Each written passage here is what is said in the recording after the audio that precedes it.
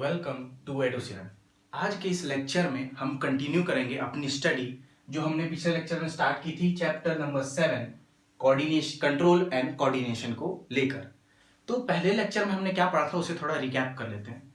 तो पहले लेक्चर में हमने ये पढ़ा था कि कोई भी लिविंग ऑर्गेनिज्म को परफॉर्म करना पड़ता है complex function in order to sustain and maintain its life. अब जो भी कॉम्प्लेक्स फंक्शन होता है, beat, respiration, excretion, okay, circulation, तो ये हर फंक्शन क्या होता है, कंट्रोल किया जाता है।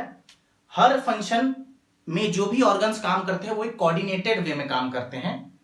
और ये कंट्रोल एंड कोऑर्डिनेशन एक और कॉम्प्लेक्स फंक्शन है। Control and coordination is also a complex function, और इस कॉम्प्लेक्स फंक्शन को परफॉर्म करने के लिए एक अलग से सिस्टम है जो है नर्वस सिस्टम। नर्वस सिस्टम, इस नर्वस सिस्टम को असिस्ट करता है प्लस एंडोक्राइन सिस्टम। अब जो नर्वस और एंडोक्राइन सिस्टम है ये मिलकर क्या करते हैं, बॉडी में कंट्रोल एंड कोऑर्डिनेशन प्रोवाइड कराते हैं। एंडोक्राइन सिस्टम में हमने पढ़ा था कि एंडोक्राइन ग्लैंड्स आते हैं। अब एंडोक्राइन ग्लैंड पढ़ना था इसलिए मैंने एक्सोक्राइन और एंडोक्राइन के बीच का डिफरेंस भी आपको समझाया। फिर हमने पढ़ा कि एंडोक्राइन ग्लैंड्स क्या रिलीज करते हैं, हार्मोन्स, जो कि होते हैं केमिकल मैसेंजर्स, और ये असिस्ट करते हैं नर्वस सिस्टम को। नर्वस सिस्टम की स्ट्रक्चरल एंड फंक्शनल यूनिट क्या है, न्यूरॉन है। पर अकेले न्यूरॉन नर्वस सिस्टम में नहीं होता है। नर्वस सिस्टम में न्यूरॉन्स बहुत छोटा सा पार्ट है, और जो मैक्सिमम पार्ट है वो अदर सेल्स होते हैं, जैसे कि स्वान सेल्स, एस्ट्रोसाइट्स, ओलिगोडेंड्रोसाइट्स, जिसमें से स्वान सेल आपके जो न्यूरॉन का डायग्राम है उसमें दिया हुआ है। स्वान सेल बनाता है क्या, माइलिन शीथ का सिक्रीशन करता है जो कि नर्व इंपल्स कंडक्शन में हेल्प करता है, ठीक है। और जो मेन काम है, जो न्यूरॉन्स के अलावा जो सेल्स हैं उनका मेन काम क्या है कि वो प्रोटेक्शन प्रोवाइड कराते हैं और न्यूट्रिशन प्रोवाइड कराते हैं किसे, न्यूरॉन्स को। फिर हमने मूवमेंट जो कि एक फंक्शन है उसको बेसिस बनाकर समझा कि कंट्रोल एंड कोऑर्डिनेशन कैसे होता है, एक ओवरव्यू लिया। फिर हमने स्टार्ट किया नर्वस सिस्टम के बारे में ह्यूमंस में, ठीक है। तो नर्वस सिस्टम में दो पार्ट पढ़े हमने, central nervous system. Central nervous system को क्या कहा जाता है, CNS, short form for central nervous system, और पेरिफेरल नर्वस सिस्टम। तो नर्वस सिस्टम किसमें डिवाइडेड है, central nervous system and peripheral nervous system. Central nervous system में क्या क्या आता है, ब्रेन किसमें आता है, सेंट्रल नर्वस सिस्टम ये अलग है, and plus spinal cord. Spinal cord और ब्रेन को मिलाकर क्या कहा जाता है, सेंट्रल नर्वस सिस्टम, ठीक है। अब इस सेंट्रल नर्वस सिस्टम के अराउंड जो बचा नर्वस सिस्टम है वो क्या है, पेरिफेरल नर्वस सिस्टम। और जो भी नर्व्स इससे, ब्रेन से और स्पाइनल कॉर्ड से निकलते हैं वो किस में आते हैं, पेरिफेरल नर्वस सिस्टम में। जो ब्रेन से निकलते हैं उन्हें कहा जाता है क्रेनियल नर्व्स। मैंने बताया था क्रेनियल नाम कैसे पड़ा, क्योंकि ब्रेन जिस बॉक्स के अंदर सिचुएटेड है जो उसे प्रोटेक्शन देता है, हम आगे पढ़ेंगे, उसे कहा जाता है क्रेनियम, उसी से नाम आया क्रेनियल नर्व्स। और स्पाइनल कॉर्ड से निकलने वाली नर्व्स स्पाइनल नर्व्स, ठीक है। अब हम क्या करेंगे, अब एक एक करके ब्रेन के बारे में और स्पाइनल कॉर्ड के बारे में हम पढ़ते हैं, ठीक है। तो चलिए स्टार्ट करते हैं। पहला हम पढ़ेंगे ब्रेन के बारे में, ठीक है। तो ब्रेन क्या है, brain is the most complex machine on earth, ठीक है। जो हमारा ब्रेन है, मस्तिष्क है, ह्यूमन ब्रेन, वो मोस्ट कॉम्प्लेक्स मशीन है अर्थ पर, ठीक है। Trillions of, billions and billions of neurons हैं इसके अंदर। न्यूरॉन्स पैक होते हैं तभी ऐसा स्ट्रक्चर बनता है। न्यूरॉन्स के साथ जो एक्स्ट्रा सेल्स हैं जो मैंने बताया, जैसे एग्जांपल दिया स्वान सेल्स, एस्ट्रोसाइट्स, ओलिगोडेंड्रोसाइट्स, वो सब इसमें रहते हैं, ठीक है। तो ह्यूमन ब्रेन का स्ट्रक्चर हम कैसे देखें, सबसे पहले ये हमारे हेड में सिचुएटेड है। जो हेड स्ट्रक्चर है ये दिख रहा है, फेस प्लस ये जो स्कल है पूरा इसके अंदर सिचुएटेड है, ठीक है। कैसे सिचुएटेड है, कैसे प्रोटेक्शन होता है, वो हम इसका थोड़ा सा ओवरव्यू लेने के बाद पढ़ेंगे, वो हमारा अगला टॉपिक है, ठीक है। तो ब्रेन, ह्यूमन ब्रेन कैसा दिखता है, ऐसा दिखता है, ठीक है। और हम इसको कैसे देख रहे हैं, तो मैं जैसे ऐसे खड़ा हूं तो इस साइड से ब्रेन को देख रहे हैं, ठीक है। लेफ्ट साइड, मेरे लेफ्ट साइड से हम ब्रेन को देख रहे हैं, ठीक है। ऐसा ही same to same right side पे भी होगा, लेफ्ट राइट, और लेफ्ट राइट दोनों जुड़ते हैं। जोड़ने के लिए फाइबर का बैंड होता है, ठीक है। वो आपको नहीं पढ़ना है लेकिन मैं नाम बता दे रहा हूं उसका, वो कमीशर होता है, ठीक है। उसे कहा जाता है कमीशर, और वो राइट और लेफ्ट ब्रेन को जोड़ता है, ठीक है। ये हम मान लीजिए देख रहे हैं एक हिस्सा, आप बीट लेफ्ट ले लीजिए या राइट ले लीजिए, ये एक हिस्सा है ब्रेन का, ठीक है। उस साइड से हम नहीं देख पा रहे, वो साइड विजिबल नहीं है, ये साइड विजिबल है, तो ये जो सबसे बड़ा एरिया दिख रहा है ब्रेन का, सबसे बड़ा एरिया, इसे कहा जाता है सेरेब्रम। ठीक है, ये एरिया, अंदर वाला एरिया जो अंदर है इसके, इसे कहा जाता है मिड ब्रेन।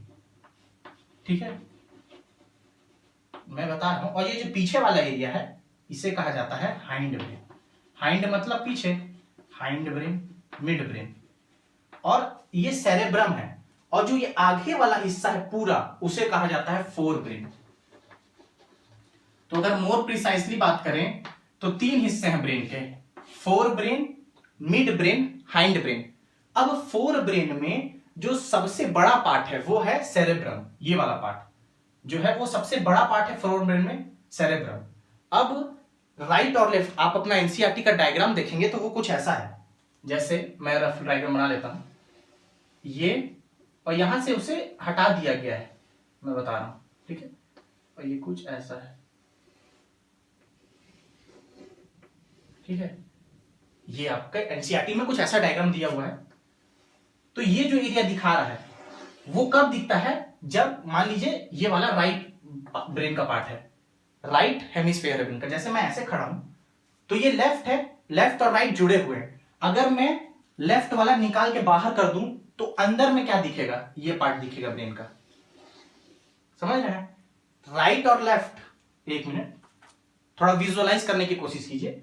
ये ऐसा दिखता है लेफ्ट से, ऐसे ही राइट से भी होगा। तो राइट और लेफ्ट कैसे, ऐसे जुड़े हुए हैं, राइट और लेफ्ट। ठीक है, तो मैंने क्या किया, दोनों को अलग कर दिया और फिर मैं राइट को ऐसे देख रहा हूं इस साइड से। ठीक है, तो वो स्ट्रक्चर ऐसा दिखेगा। और ये जो बीच का एरिया है उसे क्या कहा जाता है, मिड ब्रेन। तो समझ में आया ब्रेन का पार्ट कैसा कैसे है, fore brain, mid brain, hind brain. जो आप अगर आप एनसीईआरटी अभी अगर आपने ओपन की है तो उसमें आप जो देखेंगे वो क्या दिख रहा है, वो दोनों हेमिस्फेयर को, ब्रेन के दो पार्ट को, लेफ्ट और राइट को अलग करके राइट वाले को इधर से साइड वे से दिखाने का कोशिश है उस डायग्राम में। तो ये तो हो गया सेरेब्रम। क्या पार्ट्स हैं ब्रेन के, fore brain, mid brain, hind brain. ठीक है, तो फोर ब्रेन में कौन कौन से स्ट्रक्चर हैं, तो फोर ब्रेन में सेरेब्रम स्ट्रक्चर जो सबसे बड़ा है। ठीक है, साथ में ही यहां पर साथ में अंदर स्ट्रक्चर एक आता है हाइपोथैलेमस, हाइपोथैलेमस और थैलेमस और लिम्बिक सिस्टम, लिम्बिक सिस्टम। और भी कुछ स्ट्रक्चर्स हैं पर आपके लिए इस लेवल पर इतना जानना मोर देन इनफ है। फोर ब्रेन के क्या क्या स्ट्रक्चर्स हैं अंदर, सेरेब्रम जो सबसे बड़ा है, आप देख सकते हैं सबसे बड़ा सेरेब्रम। और जब मैं इसको निकालूंगा और राइट वाले को देखूंगा तो उसमें अंदर के साइड है यहां पे हाइपोथैलेमस, थैलेमस और लिम्बिक सिस्टम। तो हाइपोथैलेमस, बस फॉर इंफॉर्मेशन पर्पस आप देख लीजिए, हाइपोथैलेमस काम करता है थर्मो रेगुलेशन का। आपके बॉडी में टेम्परेचर रेगुलेशन का काम कौन करता है, हाइपोथैलेमस। यही थर्स्ट सेंटर भी है, मतलब आपको अगर ड्रिंक करना है, आपको प्यास लगी है, थर्स्ट लगी है, तो एक्टिवेट क्या होता है, हाइपोथैलेमस। वैसे ही लिम्बिक सिस्टम का क्या काम है, लिम्बिक सिस्टम इमोशन जनरेशन के लिए, जैसे किसी मदर को अपने बेबी के प्रति इमोशन जो होता है वो कैसे होता है, लिम्बिक सिस्टम से। इमोशंस, बॉडी में इमोशंस कंट्रोल कौन करता है, लिम्बिक सिस्टम। ठीक है, तो ये सब फोर ब्रेन के पार्ट हैं। तो हमने फोर ब्रेन जाना, फिर आता है मिड ब्रेन। तो मिड ब्रेन में ऐसे आपको स्पेशली इसके कोई स्ट्रक्चर्स नहीं पढ़ने हैं, इसके अंदर क्या आता है वो हायर क्लासेस में होता है, पर इंफॉर्मेशन के लिए मैं बता देता हूं। मिड ब्रेन में दो इंपॉर्टेंट स्ट्रक्चर्स आते हैं, कॉर्पोरा क्वाड्रिजेमाइना और सेरेब्रल पेडंकल्स।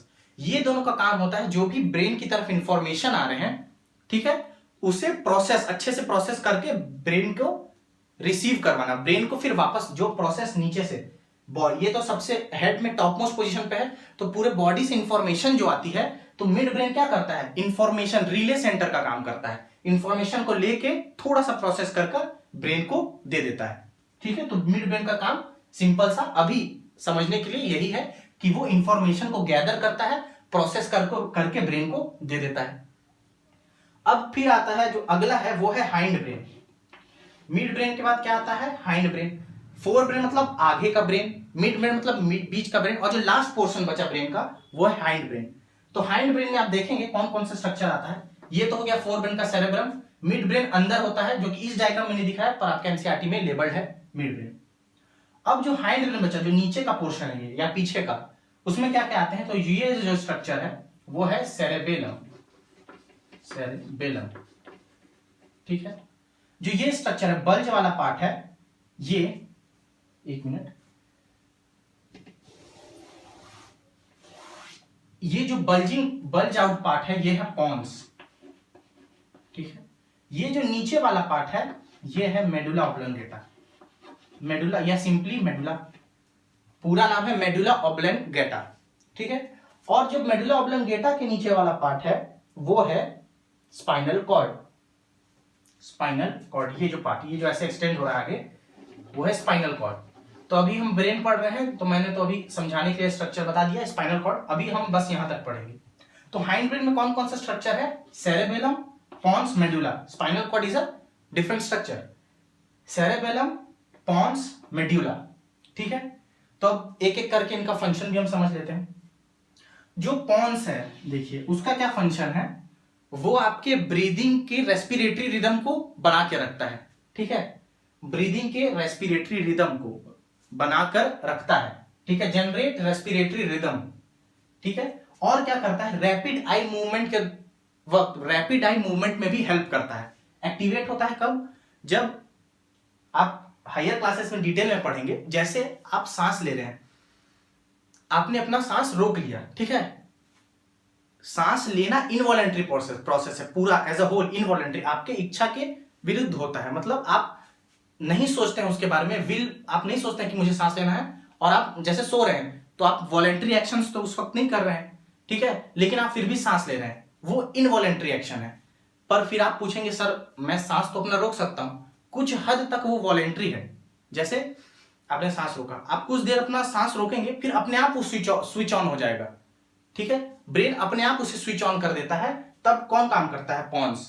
आपने कुछ देर के लिए अपना सांस रोका, फिर वो अपने आप, बहुत सफोकेशन आपको होगा, और एक टाइम ऐसा आएगा कि आपके न चाहने के बावजूद भी बॉडी फिर सांस लेना स्टार्ट कर देगी। तो वो क्या होगा, वो कौन करता है, पॉन्स करता है, रिदम को मेंटेन करता है ब्रीदिंग के, रैपिड आई मूवमेंट में भी हेल्प करता है। सेरेबेलम क्या करता है, देखिए सेरेबेलम क्या करता है, इसको समझने के लिए मैं सेरेब्रम के फंक्शंस बताऊंगा। मैंने पहले इसलिए बताया क्योंकि ये दोनों थोड़ा ट्रिकी है इनके फंक्शन समझने के लिए, तो दोनों को साथ में हम समझेंगे। सबसे पहले हम समझते हैं सेरेब्रम का क्या फंक्शन है। जाहिर सी बात है, बहुत बड़ा स्ट्रक्चर है, ब्रेन का सबसे बड़ा स्ट्रक्चर है, तो फंक्शंस भी इसके बहुत ज्यादा होंगे। इसके अलग अलग पार्ट होते हैं, उन पार्ट का मैं थोड़ा समझाता हूं कैसे अलग अलग डिफ्रेंशिएट किया गया। जैसे ये मेरा ब्रेन मेरे क्रेनियम में, स्कल के अंदर रखा हुआ है, और स्कल में कौन कौन से बहुत सारे बोन्स होते हैं, जैसे आप हायर क्लासेस में पढ़ेंगे। ये फ्रंटल बोन है, ये पैराइटल बोन है, ये टेम्पोरल है, ये ऑसिपिटल है। बस आप सुनने के लिए ऐसे सुने, याद करने के लिए नहीं, आपको इसकी जरूरत नहीं है अभी, बस समझाने के लिए। Frontal bone, temporal, parietal, occipital bone. तो ये जो बोन्स हैं, इन बोन्स, ये बोन्स, जैसे फ्रंटल बोन यहां रखी है, कहां पर, यहां पर, पैराइटल यहां है, टेम्पोरल यहां आगे पे है, ऑसिपिटल पीछे है। तो सेरेब्रम का जो हिस्सा जिस बोन के पास है, वैसे ही उसका नाम पड़ा है। जैसे ये हिस्सा फ्रंटल बोन के पास है, तो इसे फ्रंटल लोब कहते हैं। लोब मतलब एक हिस्सा, फ्रंटल। ये पैराइटल के पास है, तो ये पैराइटल हिस्सा, ये टेम्पोरल लोब और ऑसिपिटल लोब। तो डिफरेंशिएट अलग अलग रीजन सेरेब्रम में कैसे हुए हैं, जो स्कल बोन या क्रेनियम बोन के पास वाला हिस्सा है, उसे उस बोन का नाम मिल गया है। समझ में आया, जैसे फ्रंटल के पास है तो फ्रंटल लोब, ऑसिपिटल के पास है तो occipital lobe, and so on. ऐसे ही इसके हर एरिया में अलग अलग फंक्शन के लिए एरियाज हैं। जैसे कि ये एरिया सीट ऑफ इंटेलिजेंस, मतलब आपके इंटेलिजेंस के लिए। ऐसे ही यहां पर एक एरिया है, वो मूवमेंट्स के लिए, आपके हाथ पैर, वॉलेंट्री मूवमेंट जो आप विल पावर से अपने कर सके, अपनी इच्छा से जो मूवमेंट कर सकते हैं, उसके लिए सेंटर है। ऐसे ही टेस्ट के लिए सेंटर है, इमोशंस के लिए सेंटर है, इंटेलिजेंस के लिए है, मेमोरी के लिए है, ऑडिटरी सुनने के लिए है, गस्टेटरी स्मेल के लिए है। ऐसे हर वॉलेंट्री मूवमेंट और बॉडी में जो हर फंक्शंस होते हैं, उसको कोऑर्डिनेट कंट्रोल करने के लिए अलग अलग सेंटर पूरे सेरेब्रम में हैं, ठीक है।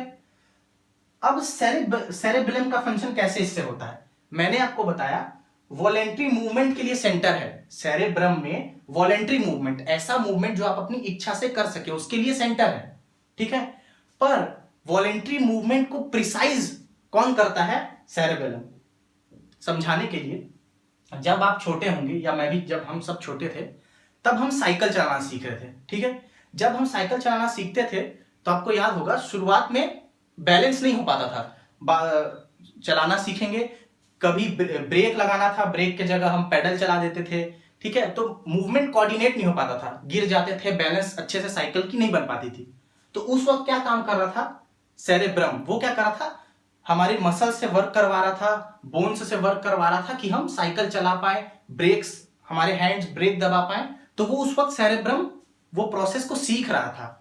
एक बार जब ब्रेन प्रोसेस सीख जाता है तो फिर वो ट्रांसफर कहां हो जाता है? सेरेबेलम में। समझने के लिए सिंपल भाषा में, फिर सेरेबेलम उस एक्शन को ले लेता है और फिर जब आप एकदम अच्छे से चलाना सीख जाते हैं कुछ टाइम स्पेन के बाद, तब आपको अपने विल पावर से कंट्रोल ज्यादा नहीं करना पड़ता है, वो ऑटोमेटिक होता है। जैसे ब्रेक, कुछ भी कोई व्हीकल सामने आई तो ब्रेक आप बिना चाहे हुए, वो रिफ्लेक्स टाइप का हो जाता है, मतलब तुरंत, उसमें टाइम नहीं लगता है, तो एकदम प्रेसाइज मूवमेंट हो जाता है। वो प्रेसाइज मूवमेंट किसके कारण होता है? सेरेबेलम। सीखता कौन है पहले? सेरेब्रम, कि कैसे ब्रेक मारना है, कैसे बैलेंस बना के रखना है। उस सीखने के प्रोसेस में टाइम लगता है। जब एक बार वो प्रोसेस एकदम फिट हो जाता है आपके ब्रेन के अंदर, वो पूरा प्रोसेस, तो वो फंक्शन कौन टेक ओवर कर लेता है? सेरेबेलम। और एकदम प्रिसाइज मूवमेंट होता है, वॉलेंट्री मूवमेंट एकदम प्रिसाइज होता है। साथ ही साथ सेरेबेलम का क्या फंक्शन है? भी आपके बॉडी बैलेंस को बनाकर रखता है। जैसे आप चल रहे हैं तो आपके बॉडी के बैलेंस को, आपके पोस्चर को, बॉडी पोस्चर को बनाकर रखता है और बॉडी बैलेंस को बनाकर रखता है। आप देखेंगे जो अल्कोहल लोग कंजप्शन करते हैं, जो ड्रिंक कर लेते हैं अल्कोहल, या अल्कोहल पीने के बाद वो लड़खड़ाते हैं, चलने में और बोलने में उनको दिक्कत होती है। बोलने में भी क्या है? टंग की मूवमेंट होती है, तब आवाज निकलती है, और चलते समय बॉडी में लेग्स की, हैंड्स की, ये सब की मूवमेंट होती है। तो जब अल्कोहल कोई आदमी कंजम्पशन करता है तो वो सेरेबेलम के फंक्शन पर अफेक्ट करता है, सेरेबेलम को फंक्शन नहीं करने देता है। कौन? अल्कोहल। तो जिसके कारण टंग मूवमेंट, वो भी वॉलेंट्री मूवमेंट है, उसमें प्रॉब्लम होती है। तो आदमी बोलने में, उसको बोल नहीं सकता वो, और बोलने में परेशानी आती है और चलने में भी परेशानी आती है। क्यों? क्योंकि इफेक्ट कौन होता है? सेरेबेलम, ठीक है। चलने में भी, वॉकिंग भी ले लीजिए, तो शुरुआत में वॉकिंग करते समय हमें अच्छे से हम वॉकिंग नहीं कर सकते हैं, तो वो कौन काम कर रहा होता है उस वक्त? सेरेब्रम। वो धीरे धीरे सीखता है प्रोसेस को, और जब एक बार पूरा प्रोसेस वो सीख जाता है तो फिर सेरेबेलम उसको क्या करता है? सेरेबेलम टेक ओवर करता है और उसको एकदम प्रिसाइजली कंट्रोल करता है, ठीक है। तो ये तो हो गया सेरेबेलम का बात। फिर आता है मेडुला या मेडुला ऑब्लोंगेटा, ठीक है। ये बहुत इंपॉर्टेंट एरिया है ब्रेन का। ये हर इनवॉलेंट्री एक्शन, हर वो बॉडी में एक्शन या हर वो फंक्शन जो अपने आप हो रहा है, उसके पीछे आप नहीं है, आपके आपको अपना विल, अपनी इच्छा से वो काम नहीं कर रहे हैं। जैसे मैं अभी आपको पढ़ा रहा हूं तो मेरा ध्यान पढ़ाने पर है, ब्रीदिंग में नहीं है, ब्रीदिंग अपने आप हो रही है। मेरा ध्यान मेरे हार्ट बीट पे नहीं है कि मेरी हार्ट बीट चल रही है या नहीं चल रही है। मैं अपने विल से अपना हार्ट बीट नहीं रोक सकता हूं, ना उसको स्टॉप कर सकता हूं, ना स्टार्ट कर सकता हूं, ना अपना ब्लड प्रेशर बढ़ा सकता हूं, ना कम कर सकता हूं। ये मेरा बॉडी खुद करता है, मतलब इनवॉलेंट्री एक्शन है। जैसे स्वेटिंग, अभी मुझे स्वेटिंग हो रही है, क्यों? क्योंकि टेम्परेचर ज्यादा है। टेम्परेचर ज्यादा है तो मैं अपने आप स्वेटिंग नहीं कर सकता हूं, मेरी बॉडी करती है। मैं अपने विल से, मैं अगर यहां खड़ा हूं और सोचूं कि मुझे स्वेटिंग हो, तो वो नहीं होती है। मेरा ब्रेन अपने आप टेम्परेचर रेगुलेशन करता है। कैसे? हाइपोथैलेमस, और वो बोलता है टेम्परेचर ज्यादा है तो स्वेटिंग होती है। और स्वेटिंग कराता कौन है? Medulla oblongata. ब्रेन का हर पार्ट इंटरकनेक्टेड है। टेम्परेचर थर्मोरेगुलेशन में काम क्या करता है? हाइपोथैलेमस। वो टेम्परेचर को नापता है, एक तरह का थर्मोमीटर का काम करता है। और फिर उस टेम्परेचर को कम कराने या ज्यादा कराने का काम किसका है? मेडुला ऑब्लोंगेटा का। तो टेम्परेचर रेगुलेशन में इनवॉलेंट्री एक्शन जो भी है बॉडी में, वो कौन करता है? Medulla oblongata. वॉमिटिंग इनवॉलेंट्री है, स्नीजिंग, ठीक है। डाइजेशन के समय डाइजेस्टिव सिस्टम आपका मूव करता है, ठीक है, या कॉन्ट्रैक्ट या रिलैक्स होता है, तो उसमें भी कौन काम करता है? मेडुला। जो भी फंक्शन आपके बॉडी में आपके विल पावर के बिना, आपके सोचे बिना हो, ठीक है, अपने आप हो, ऑटोनॉमस, अपने आप हो, वो कौन करता है? मेडुला। ब्रीदिंग रेट कम करना है, ज्यादा करना है, मेडुला ऑब्लोंगेटा। स्नीजिंग, वॉमिटिंग, आपका ब्लड प्रेशर कंट्रोल करना है, मेडुला ऑब्लोंगेटा। ठीक है, तो हमने ओवरव्यू ले लिया ब्रेन के हर पार्ट का। ठीक है, अब आएंगे हम स्पाइनल कॉर्ड में। तो ये जो मेडुला ऑब्लोंगेटा है, आप देखेंगे मेडुला ऑब्लोंगेटा यही आगे कंटिन्यू करता है एज स्पाइनल कॉर्ड। ये देखिए, ये आपका मान लीजिए मैंने ऐसे ब्रेन बना दिया। ठीक है, ये आपका फेस हो गया ऐसे, समझ लीजिए ह्यूमन फेस है। तो ये जो बेस है, यहां पीछे से देखेंगे, यहां पर मेडुला ऑब्लोंगेटा स्कल, जो आपका ये बोनी कवरिंग है पूरा ब्रेन का, तो मेडुला ऑब्लोंगेटा यहाँ पे अंदर एक फोरामन होता है, एक होल होता है, जिसे कहा जाता है फोरामन मैग्नम। फोरामन मैग्नम, तो ये फोरामन मैग्नम, ये होल से ही मेडुला ऑब्लोंगेटा पास होता है नीचे। ये स्कल है, पूरा ब्रेन प्रोटेक्टेड है, कहीं से भी ओपनिंग नहीं है। ठीक है, पीछे यहां ओपनिंग है किसके लिए, यहां पर, कि मेडुला ऑब्लोंगेटा उस ओपनिंग से नीचे आए। और जैसे ही मेडुला ऑब्लोंगेटा इस ओपनिंग से नीचे आता है, उसका नाम क्या हो जाता है, नया नामकरण हो जाता है, और उसको कहा जाता है स्पाइनल कॉर्ड। तो spinal cord is nothing, it is just an extension और कंटिन्यूएशन ऑफ मेडुला ऑब्लोंगेटा। अब ये स्पाइनल कॉर्ड यहां से कंटिन्यू करता है, और स्पाइनल कॉर्ड यहां से शुरू होता है और कहां तक जाता है, आपका लंबर रीजन, आपके कमर में। लंबर रीजन कैसे नाम पड़ा, हम आगे पढ़ेंगे इस रीजन का। तो अभी के लिए आप याद रखिए लंबर रीजन। स्पाइनल कॉर्ड कहां से एक्सटेंड होता है, from foramen magnum to the lumbar region of the spine. आपका जो स्पाइन है पीछे, वर्टिब्रल कॉलम, उसके लंबर रीजन तक स्पाइनल कॉर्ड आता है। ठीक है, spinal cord thread like structure है। ठीक है, ऐसा है spinal cord. Spinal cord is a thread like long cylinder, thread like structure extending from base of skull. Base मतलब स्कल का बेस, जैसे ये मेरा पूरा स्कल है, इसका बेस यहां पर है। ठीक है, बेस, स्कल के बेस पे ही क्या है, फोरामन मैग्नम, ये होल है, और उसी से मेडुला ऑब्लोंगेटा जैसे ही एंटर करता है वो बन जाता है स्पाइनल कॉर्ड। तो spinal cord extend from the base of skull to the lumbar region of the vertebral column. ठीक है, हम आगे पढ़ेंगे वर्टिब्रल कॉलम क्या है। तो बेस ऑफ स्कल से वर्टिब्रल कॉलम के लंबर रीजन तक, इसके अलग अलग रीजन है, किसके बेसिस पर, जैसे ब्रेन के अलग अलग, सेरेब्रम के अलग अलग रीजन्स थे बोन के बेसिस पे, कौन सा बोन उसके सामने है, वैसे ही इसके भी अलग अलग रीजन है वर्टिब्रल कॉलम के, कौन कौन से बोन्स में कौन कौन सा स्पाइनल कॉर्ड का पार्ट है उसके हिसाब पर। ठीक है, तो स्पाइनल कॉर्ड है। जब हम वर्टिब्रल कॉलम पढ़ेंगे और हम क्रेनियम पढ़ेंगे, क्योंकि हमको पढ़ना है कि कौन कौन सा चीज इसे प्रोटेक्शन देता है, ब्रेन और स्पाइनल कॉर्ड को।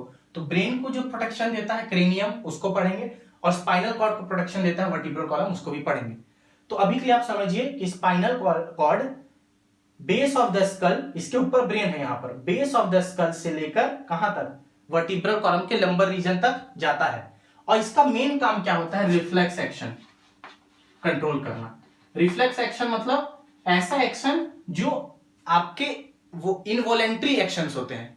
ठीक है, और जो बहुत जल्दी होते हैं, फ्रैक्शन ऑफ सेकंड्स में होते हैं। जैसे आप किसी हॉट ऑब्जेक्ट को छू रहे हैं, उसमें काम क्या है, वॉलेंट्री मसल्स काम कर रही हैं, ऐसी मसल्स जो आप कंट्रोल कर सकते हैं, पर उस समय वो आपके कंट्रोल में नहीं होती हैं। कैसे, जैसे आप कोई हॉट कॉफी कप छू रहे हैं जो कि बहुत हॉट है, तो आप ऐसे, आप हाथ गया, आप छू रहे हैं, तो आप सोचेंगे भी नहीं, उससे जल्दी वो आप अपना हाथ हटा लेंगे। तो वो क्या है, रिफ्लेक्स है, कुछ चीज हो रहा है तो वो तुरंत हो जा रहा है, आप सोच भी नहीं रहे हैं उससे पहले। ठीक है, तो वो क्या होता है, रिफ्लेक्स एक्शन, ये बॉडी का प्रोटेक्शन मैकेनिज्म है। ठीक है, तो वो भी हम आगे पढ़ेंगे कि रिफ्लेक्स एक्शन क्या होता है। स्पाइनल कॉर्ड का मेन फंक्शन है रिफ्लेक्स एक्शन, और भी फंक्शंस है ब्रेन के साथ, ब्रेन को कम्युनिकेट करना ब्रेन के साथ, क्योंकि बॉडी से जितने भी यहां से क्या निकलते हैं, स्पाइनल नर्व्स, तो वो नर्व हर जगह बॉडी में फैले हुए हैं। ठीक है, तो वो इंफॉर्मेशन गैदर करते हैं, तो इंफॉर्मेशन कहां जाएगा, एट लास्ट ब्रेन तक ही जाएगा। ठीक है, तो इसका काम तो रिफ्लेक्स एक्शन भी है, एडिशनल काम भी है कि ब्रेन को ये कंट्रोल कोऑर्डिनेशन में असिस्ट करता है। ठीक है, तो स्पाइनल कॉर्ड का हो गया ये फंक्शन। अब इस लेक्चर को यहीं खत्म करते हैं।